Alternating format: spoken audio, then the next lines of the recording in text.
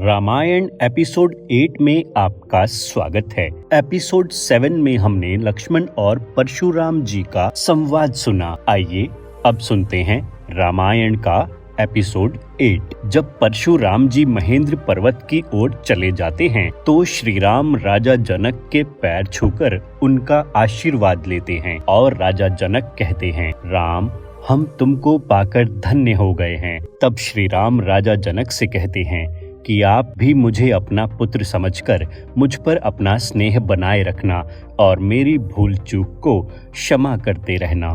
राजा जनक श्री राम को आशीर्वाद देकर कहते हैं, तुम्हारा सदा कल्याण हो बेटा।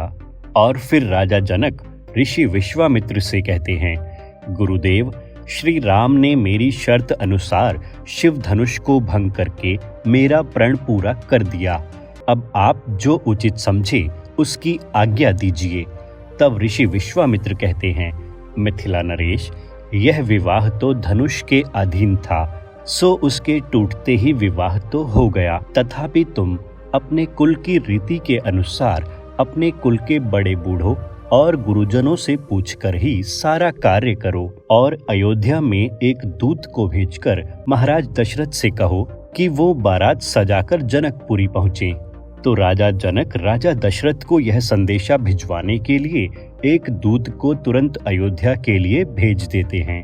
और अयोध्या में आए राजा जनक के दूत का संदेशा सुनकर भाई भरत और शत्रुघ्न दौड़े दौड़े अपने पिता दशरथ के पास आते हैं और उनकी माताएं भी वहीं पर मौजूद होती हैं।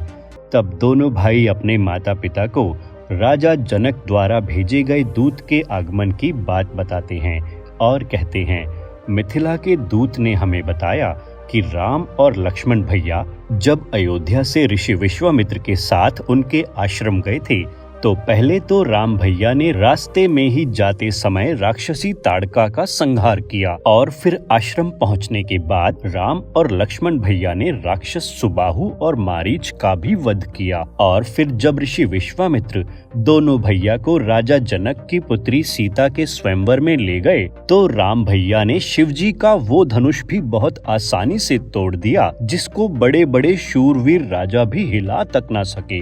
इतना सुनकर तीनों रानियां कहती हैं, फिर आगे क्या हुआ? तो भरत और शत्रुघ्न दोनों भाई एक ही स्वर में कहते हैं, हुआ नहीं माताओं, होने वाला है राम भैया का सीता भाभी से शुभ विवाह। यह बात सुनकर तो तीनों रानियों और राजा दशरथ की खुशी का ठिकाना ही नहीं रहता और वो मन ही मन अनुमान लगाने लगते हैं कि अब राम का विवाह होगा और हमारे घर में बहू आएगी और कुछ समय बाद हमारे महल में फिर से किलकारियां गूंजने लगेंगी। हम दादा दादी बन जाएंगे और अपने नन्हे मुन्ने पोते पोतियों के साथ खेलेंगे। बहुत आनंद आएगा। खुशी के मारे तीनों रानियां और राजा दशरथ भूल ही जाते हैं कि राजा जनक के दूत भी उनसे मिलने की प्रतीक्षा कर रहे हैं। तो जैसे ही उनको ध्यान आता है तो राजा दशरथ भरत जी से कहते हैं, भरत हम तो भूल ही गए कि राजा जनक के राजदूत हमसे मिलने के लिए प्रतीक्षा कर रहे होंगे। तुम उनको सभागृह में ले आओ, हम गुरुदेव वशिष्ठ जी के साथ उनसे वहीं मिलेंगे। और राजा दशरथ ऋषि वशिष्ठ के साथ सभागृह में पहुंच जाते हैं और तभी राजा जनक के राजदूत भी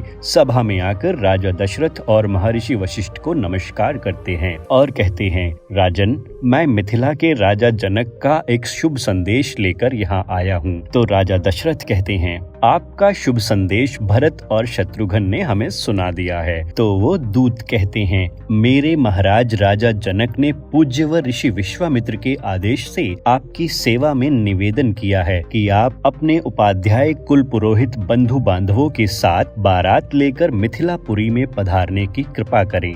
तो राजा दशरथ महर्षि वशिष्ठ की ओर देखकर कहते हैं, गुरुदेव इस संबंध में आप अपना निर्णय प्रदान करें। तो ऋषि वशिष्ठ मिथिला के राजदूत की ओर देखकर उनसे कहते हैं, आर्यदेव व्रत अयोध्यापति की ओर से आप महाराज जनक से कहिएगा कि हमें उनका निमंत्रण स्वीकार है।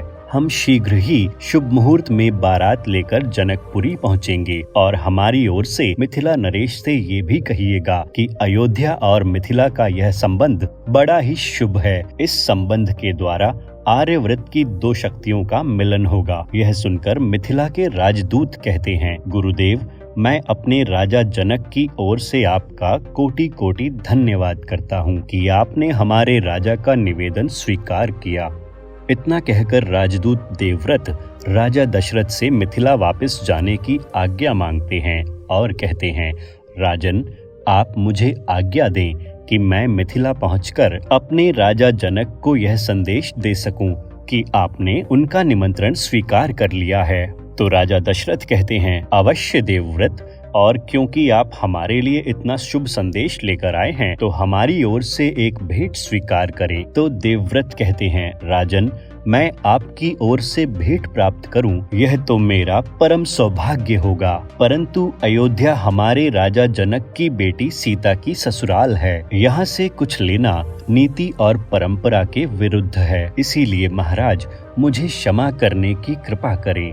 यह देखकर महर्षि वशिष्ठ कहते हैं, धन्य हो, महात्मा महाराज जनक के राजदूत में ही ऐसे संस्कार हो सकते हैं। और राजा दशरथ भी राजदूत देवव्रत का निवेदन स्वीकार कर लेते हैं और उन्हें मिथिला जाने के लिए आज्ञा दे देते हैं। मिथिला के दूत देवव्रत के वापस जाने के बाद महाराज दशरथ महर्षि वशिष्ठ से कहते हैं, गुरुदेव, आप आज्ञा दीजिए, आगे क्या और कैसे करना है। तब ऋषि वशिष्ठ कहते हैं, राजन, राम की बारात प्रस्थान के लिए परसों सूर्य उदय की 3 घड़ी बाद शुभ मुहूर्त बन रहा है। गौरी गणेश मनाकर प्रस्थान करते हैं। तो राजा दशरथ भरत और शत्रुघ्न जी को सारी तैयारियां करवाने का कार्य सौंप देते हैं और महर्षि वशिष्ठ और अपनी ओर से श्री वामदेव जी, श्री कश्यप जी आदि महात्माओं को सविनय निमंत्रण भिजवा देते हैं और सारी अयोध्या नगरी को भी श्री राम की बारात में चलने के लिए निमंत्रण भिजवा देते हैं।